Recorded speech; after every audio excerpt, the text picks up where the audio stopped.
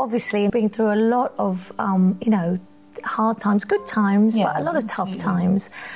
And when did you finally say, you know what, enough's enough? As a wife, you thought, I can't handle this any longer? I think the point came after George had his liver transplant, and we'd been through so many years of him being ill. You know, everywhere we went, you know, on holiday, or he was always in hospital picking up one virus after another.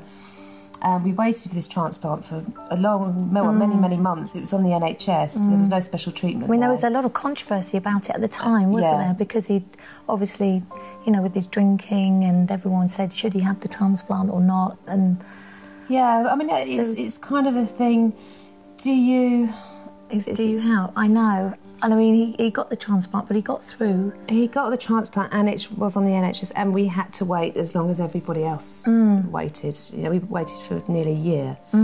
So that happened, and he nearly died during the operation as well. And then a week after, well, about 2 weeks, when he finally came home, that night, he got really, really ill again, which was, he had to get rushed straight back in again, and he nearly died again. Oh, Alex, how do you deal with this? I know, and he's so weak for a year, and I think the final crunch was exactly a year after the transplant, he started drinking again. But not only that, he started trying to relive his youth and I suppose seeing other women, and that, I thought, you know, I want to have children. I don't want to go back to how he was before he was ill.